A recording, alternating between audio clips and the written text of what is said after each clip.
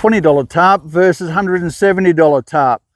Today we're going to go through the pros and cons of each. We're going to go through some setup configurations, and then we're going to see if these expensive brand name tarps are worth their money. So stay tuned to the end.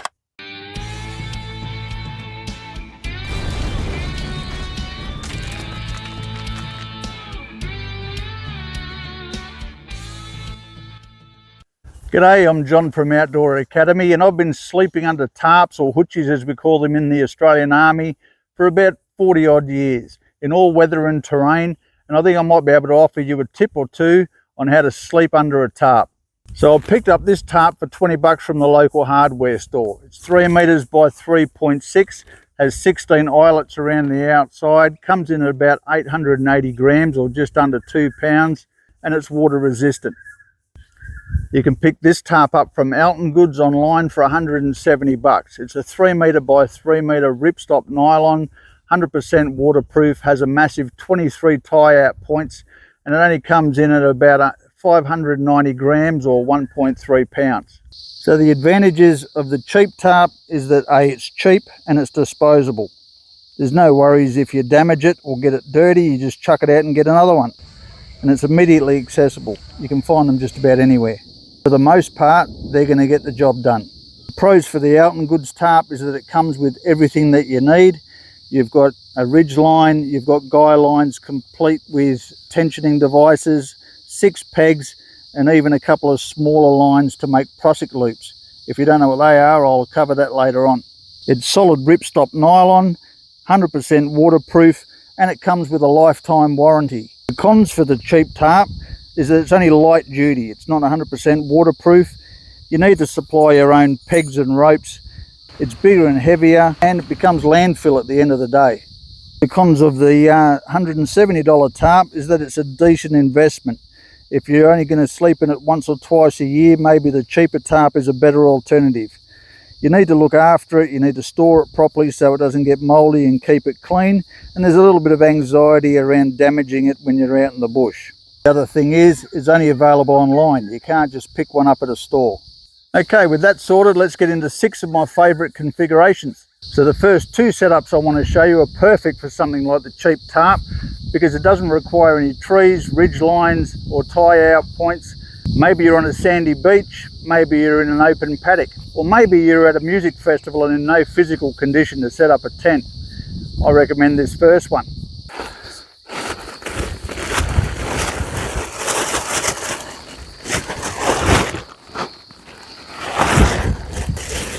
The simple swag method, it's simple but effective. It's going to keep you dry, it'll keep you warm. You may get a little bit of condensation or get a bit sweaty in the night time, but it's going to get the job done in a pinch.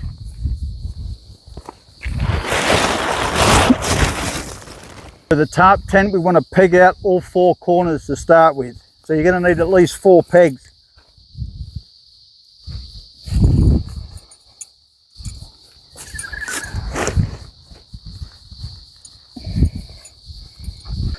Go halfway between the center and the corner.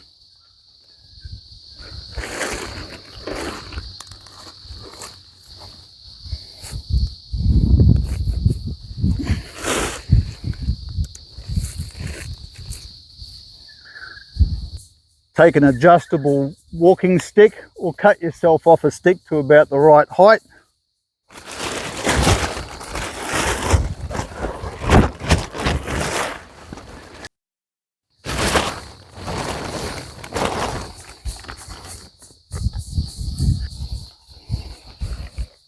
And then do a final adjustment on your pegs to get everything tight.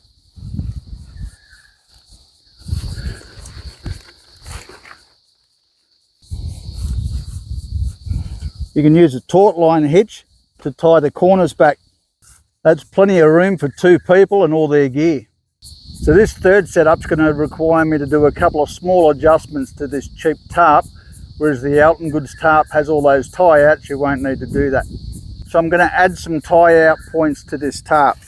I can use a little bit of bark, roll it up into a ball, or use a smooth pebble. So I'm going to find the center of my tarp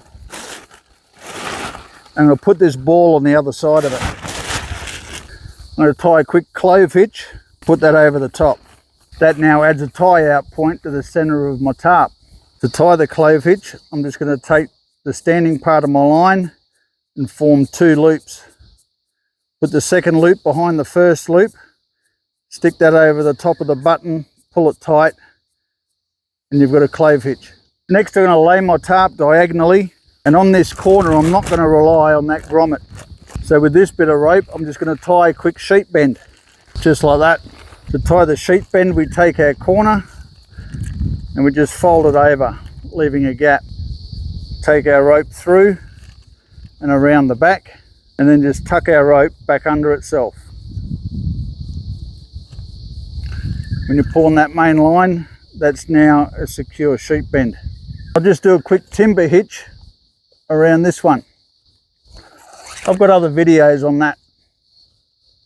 Get the other diagonal corner and peg that.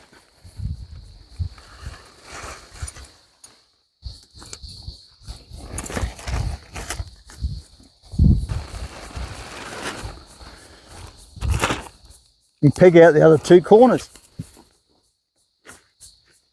And with that center tie out, we're just going to tie that off to this other tree, give us a bit more room. We'll add another taut line hitch in there.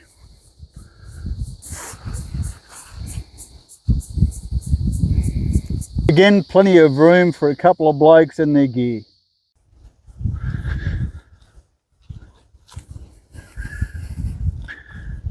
Okay, for the next couple of setups, we're going to need a ridge line.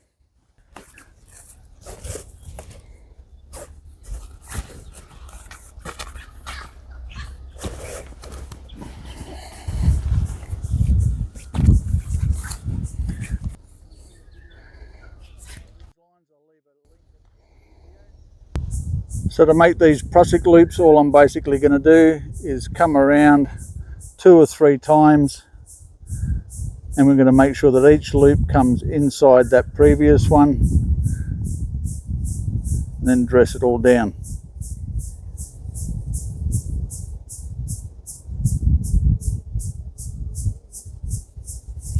That's how we make them. I'm not going to use them. So for the purposes of today's video, I've cut myself a few lengths of cordage at about 2 foot long. Again, for this A-frame shelter, which is the 4th one on the list, I'm not going to rely on these grommets, and there isn't one right here in the center where I want it anyway, so I'm going to put another button knot on the end. And now I'm going to put a taut line hitch on this end. I'm going to lay this line over the top of my ridge line and come around twice. Now I'm just going to come to the other side of that and put a half hitch in place. This is going to give me that same locking mechanism that I can slide up and down, but it won't slip.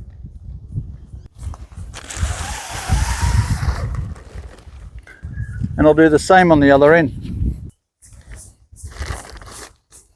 Now I can tension that nice and tight. That's not going anywhere.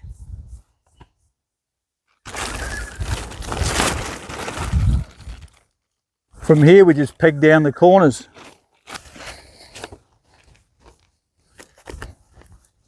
Again, this offers plenty of room for up to 2 people and their gear. If I want something a little more open, maybe some access to the fire that's going on out the front here, all I need to do is pull these 2 pegs out.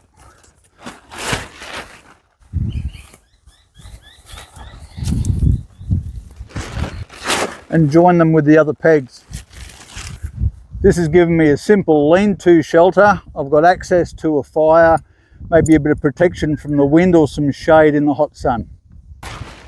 Another downside to these plastic tarps is the amount of noise that they make in the wind. So our final variation is going to be, I think it's called a shade sail. You basically make a diamond pattern out of your tarp so it's diagonal along the ridge line, tie the corners out, and this is what I use for hammock camping because it increases the 3 metre to 3 metre. If you go from corner to corner, you're looking at about 4 metres worth of coverage. So with the proper tie-out points on the Alton Goods tarp, if you want to, you can simply poke your prusik through, put a little toggle in there, pull it tight. Now that's not going anywhere. And we'll do the same on the other end.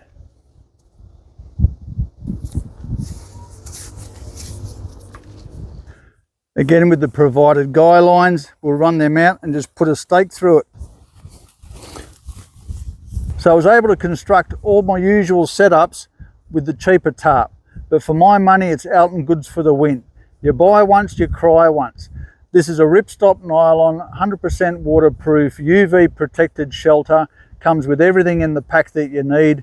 It's small and it's lightweight. I don't think you could ask for anything more. What you're paying for is the quality, and what you're paying for is the convenience. If you'd like one of these tarps, go to the affiliate link down in my description. I appreciate your likes, comments and support. Thanks for watching.